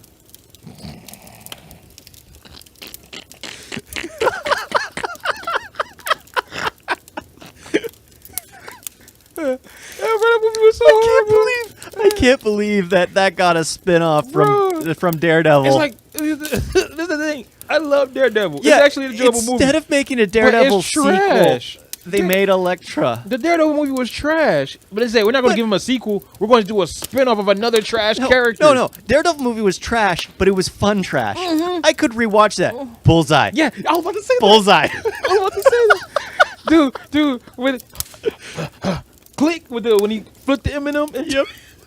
It is such a terrible movie. I would like some peanuts, please. And it's just like the whole part where Bullseye throws the blind man's staff and it kills Elektra's father, and she blames Daredevil even though he's laying on the ground, his back's turned like this. How did he throw it? Right. And Bullseye's in the background. His body's all extended like that. Just like, yeah, if you even looked and used your eyes, you would know who did it. You would know who did it. But Bullseye. I want a bloody costume. Bro, the whole scene at the hey, we went from talking about Elektra. Hey, no. Daredevil is great. Daredevil's great. It's horrible, but so it's great. Crap. It's but great. Elektra was just crap. You had all these villains. She killed them just like that. And Kingpin. The only good thing about Elektra was when her and Homegirl kissed. That was the only good thing, and even that kiss was mediocre. But yeah, Daredevil. The fact Kingpin, that she had a training scene and all that stuff, it was like, wait a minute, you trained to be like this? I remember my mom. I remember my parents went to go see that, and I was like, yo, I've been asking y'all, can I go see this movie forever? Y'all go see it twice? They saw it twice? I think they saw it twice. They saw something twice, but I know they saw Daredevil. I was pissed because I wanted to see it. Oh, it was crap. Yeah, why'd y'all buy it on DVD when it came out? And then I watched it. Here I am. It was one of my favorite movies. Daredevil's a fun movie. And this is my thing. He was getting his ass whooped when you could see, I'm blind now. Let's go. Why did I make him sound like that? We did sound like that for a minute. Yeah. Yep. What you gonna do? Fight? Okay. Okay. Yeah, he gets better when he's blind. Get out of here. Like, come on. Get out of here. He's sitting there sliding down the rest like, bro, you're not a monkey. You're still a human, bro. Them shoes probably ain't even got no grip. But Elektra was trash. I know what's funny? I seen that movie one time. I can't remember nothing from it. I remember the guy. I've seen it once. I know she's got trained by somebody for some reason. I know there was like a scene where she's like in the hallway with like a bunch of curtains, a bunch of curtains flying. Okay. She crushes a dude with like a tree stump. Yeah. The guy with tattoos. The little girl with the necklace. The necklace is a weapon. The father, Oh yeah, she has to fight off the team of bad guys. the son, and the Holy Spirit. And and the father from oh my gosh. the father from my boss's daughter. The Ashton That Kutcher movie. That movie is such trash. I don't know how they even thought that would work. They would have Yeah. been better off with a sequel. Dude, she was trash in Daredevil. I mean, she became Elektra and died in 2 minutes. Y'all rather give us a spinoff than not a Daredevil sequel that actually Remember, did good they business? brought her back to life. No shit. That's the whole thing of Elektra. They brought her back to life. And then she got training and whatever. They used the Lazarus pit, I guess. But that's they? DC. This Yeah. is Marvel. How'd they use the Lazarus pit? Oh my gosh. I'm trying to figure out I'm trying to see something else that. Oh, Yeah. What else? I was about to say something else about A History of Violence is a comic book. I never heard of that. You never seen A History of Violence? Oh, okay. That's a movie I watched. Okay, it's actually a good movie. Viggo Mortensen, small town guy. He has a family, and then all of a sudden, some dudes try to rob his store, and he end up killing them. But then basically, people from his past come, and they're trying to say that he's somebody that he's claiming he's not. But of course, at the end, he was part of the mob. Oh, okay. He moved down there to get away, and it's his brother that's after him. Oh, Ed Harris is like one of the bad guys. Oh, okay. Too. I like You Ed should Harris. definitely watch it. I like Ed Harris. It's a good watch. Definitely check it out. The ending was like, I was like, God damn, Viggo Mortensen. Because have you seen Eastern Promises? yeah. Okay, watch A History of Violence. I thought Eastern Promises was good. But History of Violence is much better. I love Viggo Mortensen with all the tattoo. And he's an underrated actor. Yeah. He's a good actor, bro. But yeah, Viggo Mortensen in that movie, check it out. Any other ones? I'm trying to think. I'm trying to rack my brain here. It's funny. We That's why started I'm looking talking at a about- list. Yeah. Okay. Howard the Duck. Howard the Duck. I Oh never my gosh. seen it, but I I've seen forgot. so many. Yeah. George Lucas yeah. was so passionate about that project, and there are actually duck titties in there. I know, I saw that. Yeah. Jonah Hex. Okay. No. That movie was not even an hour and a half, and they had Michael Fassbender in that movie. Trash. That movie was super trash. That movie's terrible. I thought it was gonna be. I'm like, Josh Brolin, this looks fire. Mhm. It was horrible. Yeah, I was so disappointed in that movie, and that's the thing. It was just like it made me care less about Jonah Hex as an actual character, and then they bring her back later on, and like, well, the CW, of course, Yeah. brought him in, and it's just like I don't care. Yeah, for they him. did. Yeah. I don't care for him. Oh, I got one. Josie and the Pussycats. It's a comic book. It doesn't have to be action or none of that. It's a comic book. Hey, it was like I think it's like the 20th 15th anniversary or whatever, like a few weeks ago. Josie and the Pussycats. You don't like that movie? Yeah. Also one of the it's funny if you want to go for like good adaptations for like anime other than Speed Racer, which I think is the only great American anime adaptation. Am I correct? I can't think of I think I'll give you that one. Yeah. anything else that comes close. You got to check out the original Japanese Death Note. That is amazing. yeah, yeah. So the way I always view it is if you watch the anime, it's what is it? Kira who wins, right? Kira wins. But in the movie, it's L who wins. And it's so amazing. Oh, is that the one where? Yeah. Excuse me. I saw the ending to that. Yeah, because that's the one where he puts his own name in. He puts his own name in there, picks his own time and death, just to see Kira try to write the name in there. Amazingly well played. Why do we have a fire? Why not? What else were we going to put up here? Shit, that's I had no clue what to throw up, so I was like, you know what? Let's get a fire going. Get a fire going. Lord of the Rings. Get like a video of Megan Fox just dancing or something. I don't know. Hey, okay, I think I found one. Monkey Bone. Oh, the Men in Black movies. Okay, yeah. Comic book. I did bring them up. You did. Yeah, Men in Black. First one was great. Second Yep. one was trash. Third one was good. Yeah, the third Fourth one was cool. the third one gives you the feels because you see that oh my gosh he basically is his origin story. Yup. He's his origin story. His father is Luke Cage. Yeah. Yup.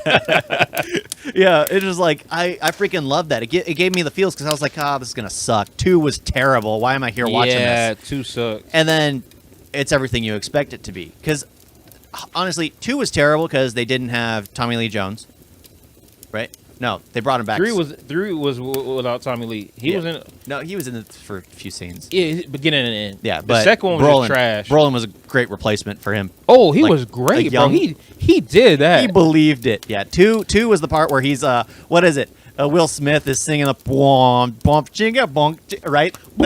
When he's, this is why you're at home here. Only aliens work in a mailbox, mail postal station. Like, oh my gosh, what the heck? Sin City. Oh my! Now that's a dark one. I feel like Sin City we could like do like an entire. Yeah. Bruce Willis, I love you, man. Why don't you do more stuff like that? Bro. Sin City. That because I didn't know. I remember seeing that for the first time. I didn't know how this movie was gonna go. So when he shot at the beginning, I was like, "Wait a minute, y'all just killed Bruce Willis at the beginning." And then I started watching. I'm like, "Oh, the stories are like all jumbled." Because like the way it starts, he gets killed, and I saw the trailer. You make the mistake of you seeing the trailer. Because back in the day, I watched trailers. I was dumb and thought it would give me everything I needed to know. And then you watch the movie and it's just like, it's not done yet because I already expect this to happen. Mm-hmm. Yeah. That's why I hate trailers. Yeah. Even though I like to see them. Yeah. I only do them here for this channel. But it's just like, I was confused. It was like, I thought they did much more. Did they do those bait and switches like they did in Godzilla with freaking Heisenberg? Yeah. They had him throughout the entire trailer, and then he's nowhere there in the movie. But it's just like, it was like, I thought there were more scenes with him. And then it jumps around to another character shortly after. And it's just like, okay, I have no clue what's going on. Is this later at a different area? And it took me like halfway through the movie to realize, oh, this is a Quentin Tarantino-like movie. Yeah. It took me he even directed a scene in it, too. It took me halfway through.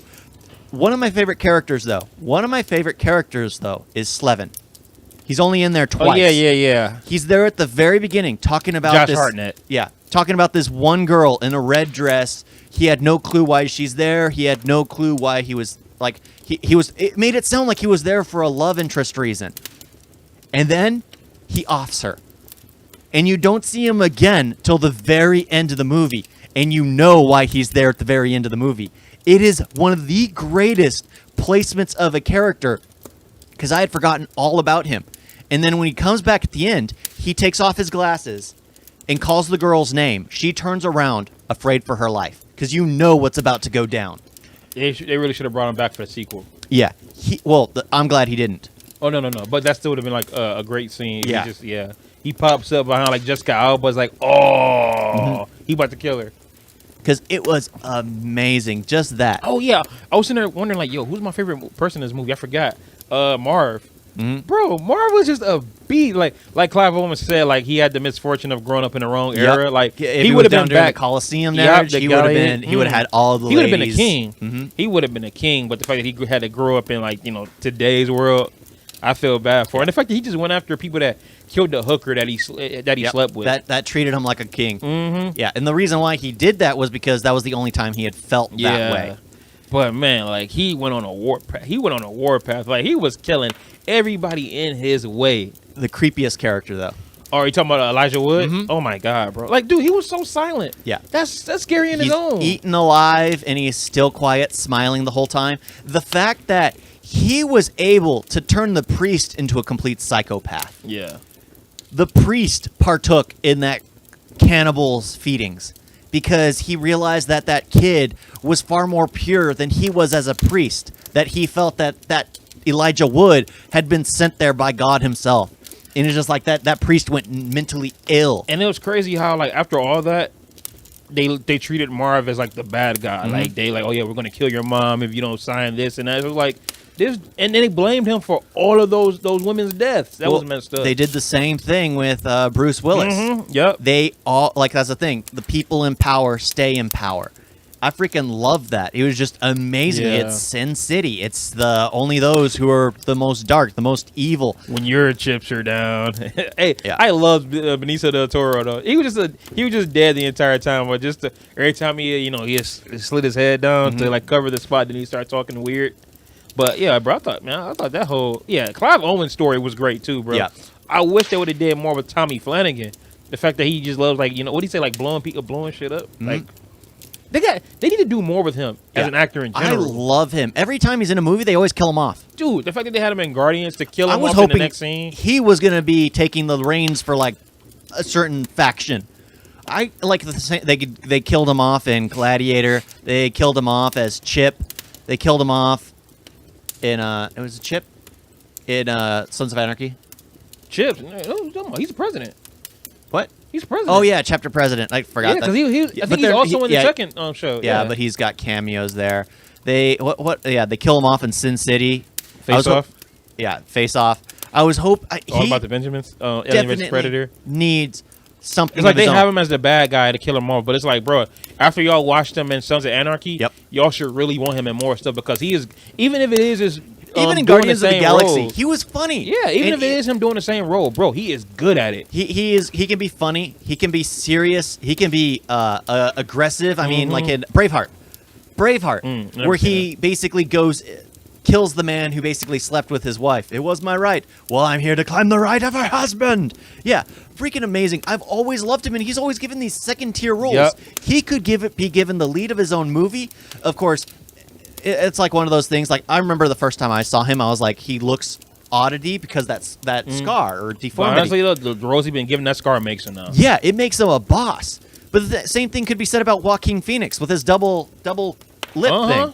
He's Like the guy, like the black dude that played Omar. He was the black guy Yeah. in he's just like the your black guy in giant the arm movie. mark. It's everyone's got True.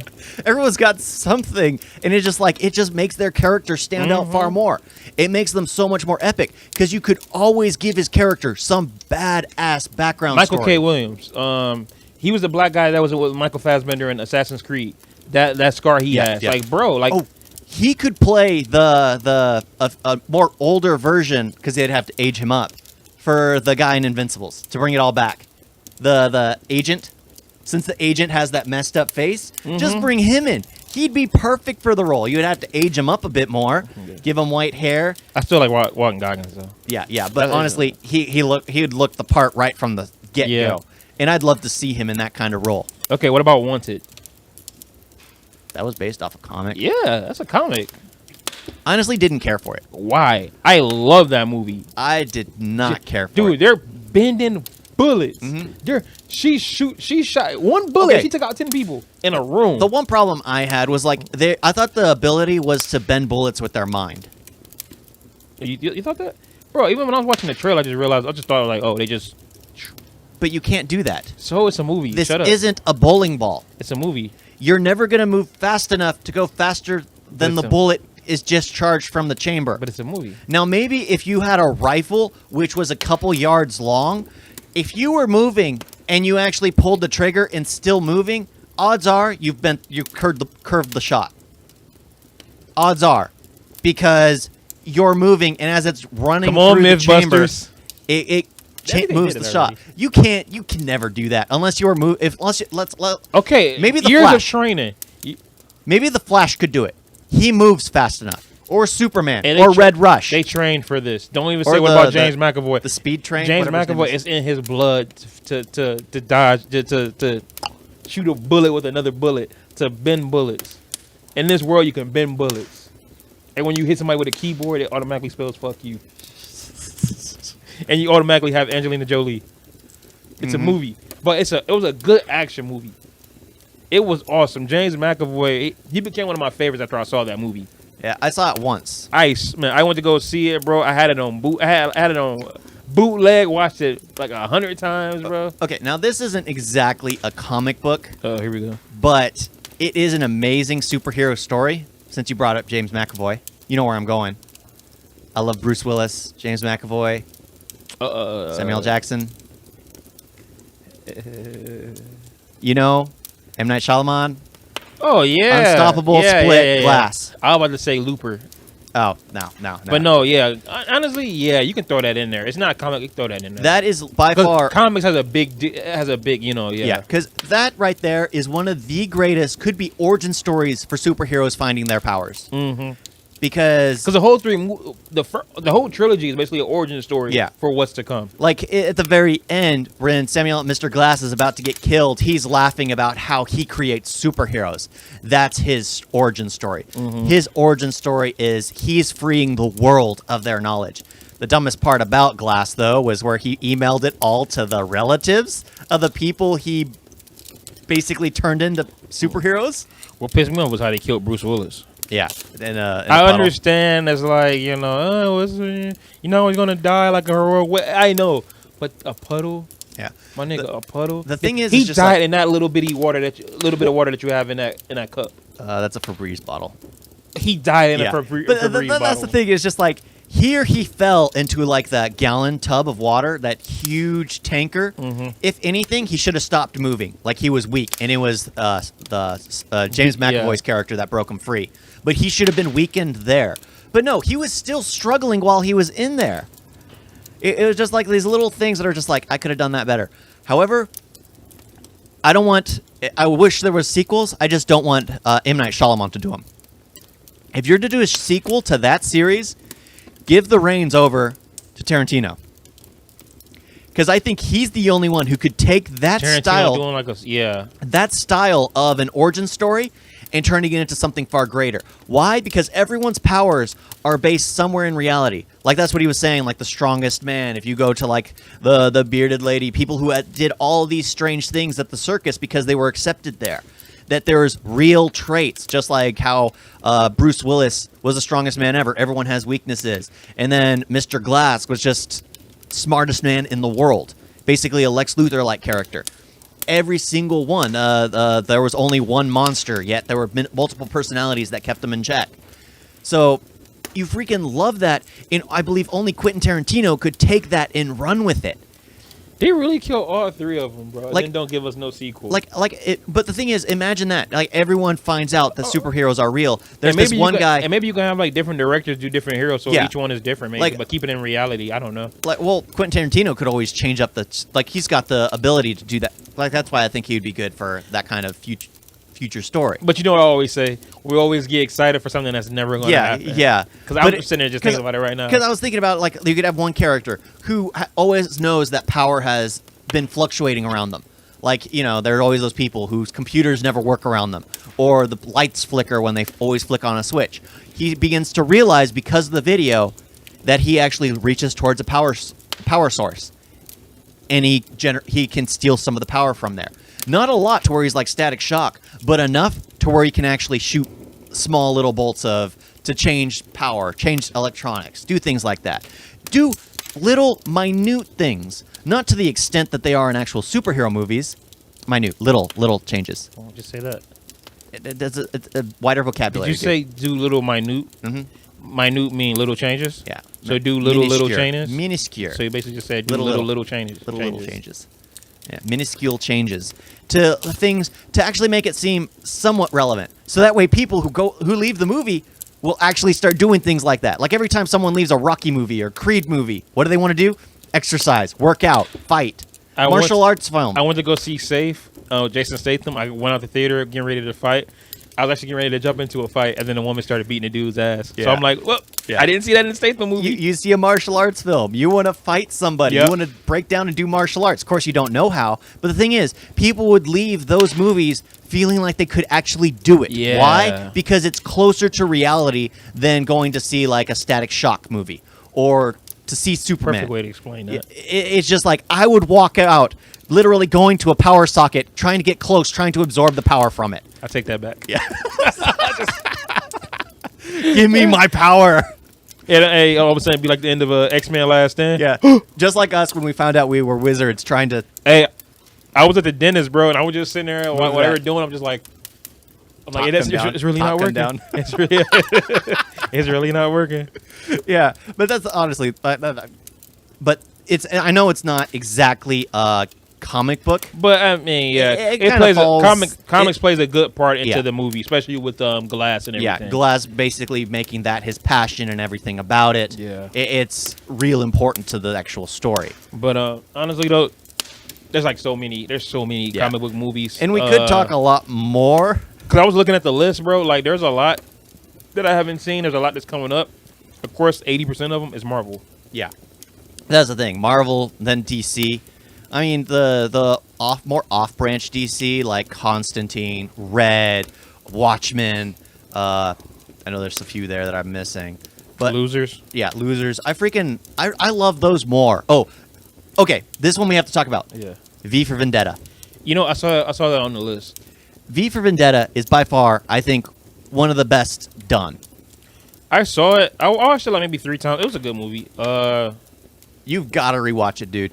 No, I should watch. I think the last time I watched it, I was still living at home with my parents. See, I'm not even then. I still liked it because I saw what they were going for. It's much better the second time around. Even I'm not a big fan of Natalie Portman. I don't care for her in the movie to begin with, but it's Hugh Weaving. Yeah, thank you. Hugo Weaving. Yeah, the fact that his portrayal they never show his face. Like there's one point in the movie, like I remember watching the documentary on it and everything. There's a key point in every movie where they show the lead actor's face, and they decided not to do it because when he takes off his mask, he slams it against the mirror and he drops his head.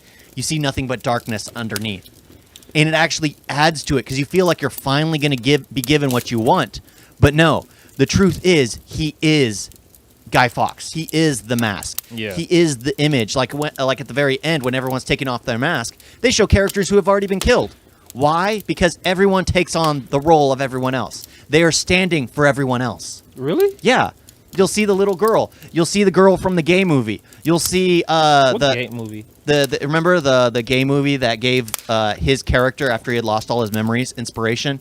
Natalie Portman was reading about it when she was in prison. Because I haven't watched that in almost over 10 years. And the fact that he imprisons Natalie Portman for almost a year to develop her where she becomes fearless. See, this is how you knew I was still young, because when she was like, fresh butter, I was just like, you could just go to the store and get it. I didn't realize. See, it's a post-apocalyptic movie. As I grew up, that's when I realized, like, oh, okay. It's a dystopian society. I'm just like, you could easily get some. I can't believe it's not butter from the store for like $1.50. That's basically cyberpunk right there. Okay. Yeah, where the media controls the outlets of everything, dictate everything you watch, everything you say. Yeah, I got that. Like they had the Scorpion like the Scorpion, where they had a vehicle driving around town, eavesdropping on everybody. The Twisted Pastor, of course, they always have to bring those in. Yeah. The science experiment, which turned out to be Vendetta. And his whole objective, his whole plan. Of course, the fireworks thing was very funny. It's just like, of course, that wouldn't happen. At the end? Well, at the end and the beginning. When he first blows up the building, playing the music. Remember, the 5th of November. Yeah. I got to post. Everybody has to post that every 5th of November, bro. Great movie. I love it. I absolutely love that movie. It's dark. It's morbid. The world is completely in absolute tyranny. When they all shot him up, and then oh my god, that whole scene was just fire. When everything was in slow motion, he's just sitting there throwing his knives or whatever. Oh my god. Oh, that is great. And the fact that it's basically, they kind of mimic it after Hitler's Nazi party, because all the shots of the actor, I always forget his name. Don't see him. He plays basically the supreme leader. The supreme leader. Is that the one he like choked up at the end? Yeah. Oh, I don't know that movie. Yeah. He played the supreme leader. Yeah. Great portrayal. Everything. I freaking love that movie. And the fact that the gay dude is you're not allowed to be gay in that world. Oh, is that the talk show host? Yeah, the talk show host. And then he does one comedic sketch, which ends up getting him black bagged and killed because they find not only a Quran but gay photos and everything in his place. Wow, I'm gonna have to rewatch. Yeah, I'm gonna really have to rewatch that movie. It is an epic movie, amazingly well done, very dark and humorous. Who did that times. movie? I actually forgot. Look it up real quick. I forgot. I know it was somebody that does like a lot of movies I like. But the special effects are very well done. Like the slow-mo isn't overly done like a Zack Snyder film. I don't know that nigga. It is perfect in that movie. Perfect. The few times they do it is just like when he's throwing his blades. Oh man, this is the only movie this person has as good. This person did Ninja Assassin. I don't get me wrong. I enjoyed Ninja Assassin. It was dark though. Like you have to watch it in a pitch black space. Yeah, it was. The only way are just so dark. The only way to enjoy it is to watch it in pitch black space. I know they're ninjas and stuff, but it's too dark. Just like Predator. Like what is it? Alien versus Predator? Requiem. Oh my god! You can't watch that movie unless it's dark. Just like that's a comic book. I know that's from a comic book. Just like what is it? Resident Evil Final Chapter. You have to watch it. You even okay. You have to watch it while it's dark and in slow motion. Yeah, slow motion. You have to slow down the movie by like times -3. Off topic. There's a part where it's the main bad guy Alice and Claire fighting, and homie punches Claire. The next thing you know, when he punches her into the wall, there's like a bunch of images. I slowed them down. I was like, what the fuck am I looking at? These images. I looked at the comments. Everybody was like, what the hell? Like everybody was just in an uproar. Like, bro, what is this? But yeah, you have to watch that in yeah, slow motion. But my gosh. yeah, The Raven, Survivor, which I'm guessing, is that not Mila Kunis, Mila Jovovich and Pierce Brosnan movie straight to DVD, and then that Breaking In, this movie with oh yeah, actually it wasn't a bad movie. So yeah, so the only really good movie he has is V for Vendetta, and that's sad because that's actually a really good movie. He did Sense 8, Marco Polo season 2. Well, he's got some things that are okay-ish. That's the thing. Nothing Nigga, great, but okay. Yeah, okay. Ninja Assassin was okay, yeah. And Breaking In was cool. I don't think you can blame him for the cinematography. He probably just hasn't found a cinematographer that works good with him. True. Because a good director needs a good cinematographer. That's true. It's a good pairing, a love marriage that happens that needs to function. Because most of the time, as soon as they found one, some directors tend to be the cinematographer, and the cinematographers that work with them just do what the look they want. What? Bulletproof Monk. Wait. Hey, I don't remember that movie that much, but from what I do remember, I was cool with it because it was Shaw Young Fat and Sean William Scott, and also it was Sean William Scott trying to learn how to fight. I love Stifler. That's the Stiffmeister. I love him, bro. So V for Vendetta. V for Vendetta is great. That's the Stiffmeister. I love him. So I'm gonna give that one a pass. Yeah, dude, you have to rewatch V for Vendetta. I'm gonna check it out. Have you seen Bloodshot, Vin Diesel? Mm-hmm. What you think of it? Yeah. Yeah, it was heavily. Stop putting actors in it that gives away everything. Yeah. Example, Guy Pearce. The second you see Guy Pearce, you know he's a bad guy. Yeah. Guess what? You watch it Without Remorse. Guess who's in it? Guy Pearce. Well, oh yeah, there's somebody that's killing all the people in his mission. Guess what, bro? We know it's you. Shut up. That's the thing is I like it when they put him in a role that they're not going to do. Like, let's go back to Kingsman. Mark Strong. Yeah, He's he playing a role. automatically knew he was going to be the bad guy. And then in the third movie, he turns out to be the ultimate criminal mastermind. And what? And Kingsman 3. Oh, if so, yeah, that'd piss me right off because he seems like the perfect Jarvis, the perfect what was Alfred? Just the perfect one. What did you do? You pick up the gun? No, put that one back. Put that one back. That's mine. Yeah, dude. Same thing with David Harbour. Like he's been in like a lot of stuff where he's like the bad guy, and now that he's more well known with Stranger Things, he's now like the good guy now. Unless I got a feeling in the new Black Widow though, her family is going to be like the one she's going to go against. Yeah, I know you brought it up, but The Walking Dead is basically a comic book. Yeah. I was thinking about bringing that up, but I'm like, we could that is so many seasons, so many episodes. We can talk about that forever. Honestly, it died after The Governor. Even though Negan is such an amazing character, I love the character. Don't care much for the story they've done. Okay, for me, because the show is extremely repetitive. I think anybody can agree on that. Yeah. No matter how much you love it. Like honestly, it's repetitive. Its epicness ended after The Governor because they kept repeating the same beats. That's season 4. So for me, it went downhill after season 4 because then they split up once again. Yep. And then they're all going they all meet up again to the same location somehow.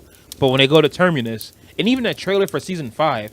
They made it seem like the Terminus was group, a big deal, and they're going to be going down to Washington with Rick and the crew, and then that's not the case. They kill him in like 5 episodes, so that right there it ruined it. And then next thing you know, we got them at Alexandria, and everybody, Rick is killing people. Like, well, y'all have been stuck behind these walls during this entire time. You kind of have to get dirty. So it fell off, but then they picked it back up after the time jump. Yep.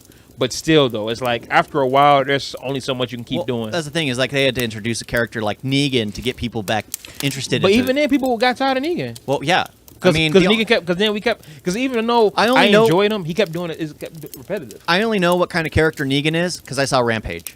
That's it. I never even bothered to watch the show. I've seen clips, but the best Negan portrayal would have to be by Dave Chappelle.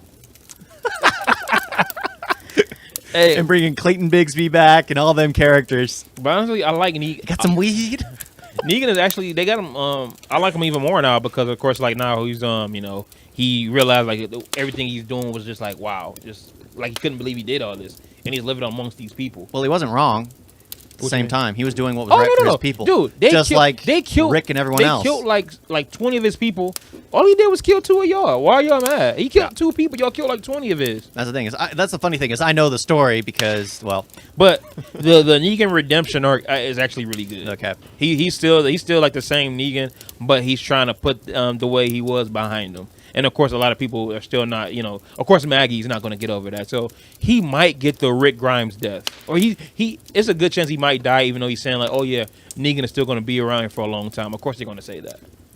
But yeah, Walking Dead, yeah. Yep. We can do a whole podcast on Walking Dead. Greatest portrayal, of course, was Dave Chappelle. His SNL skit was just the best part. Just like he ain't lost a step. All lives matter, right? All lives matter. All lives matter. You News do reporter. realize you're black, right? Well, this hat says otherwise. Clayton Bigsby. Oh my God, that was he got all his best characters together at once. That was great. Yep. And then they messed it up with that little speech at the end. Mm-hmm. I was like, stop it, stop it, stop it, stop it, stop it. Dave Chappelle is a genius, though. He has a podcast out now. Really? Yeah. Crap. Oh, fuck this podcast. I'm gonna start Yeah. watching that.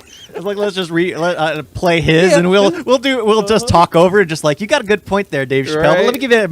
let me give a white man's perspective on your Pause. topic. Yeah. All right, so this is what we think. Just let me say this from a white man's perspective. You are wrong here. Oh. You are right because I was watching the Chappelle show, like rewatching it, and like one thing he complains about the most is white women. I was like, you know what? I completely agree. I completely complain about white women more than anything else. They're the biggest whiners in the world. We're gonna get so many complaints. Oh well. If they make it to the end of this video, yeah. Well, That's pretty much it it. makes you feel better. I don't try to date black women because they might be related to me. Yeah. I was looking at a chick on Facebook, and I'm just like, damn. And I stopped. I'm like, wait a minute, bro. Ain't no telling. She can be related to my nephew or a cousin or something. Yep. White women, Hispanics, Native Americans can't go near any of them. Just because I have no problem with them in general. Like a woman is a man. What R. Kelly say? I'm a grown man. I love all women, but they got to be of age though. He didn't say that part. They got to be of age. They got to be legal. I'm not about to go that route. But yeah, but when it comes to black women, I'm just like, hey, screw that. Y'all gotta come. You gotta come to me with the 23andMe. If y'all don't have your 23andMe record, dude, you need to do it because you don't know half of who you related to. Exactly. That's what's scary because ain't no telling. I might be like 32% white, and you, yeah. Mm-hmm. I'm 3% black. So ain't no telling. Allegedly, maybe 4, maybe 5. I need to do a 23andMe.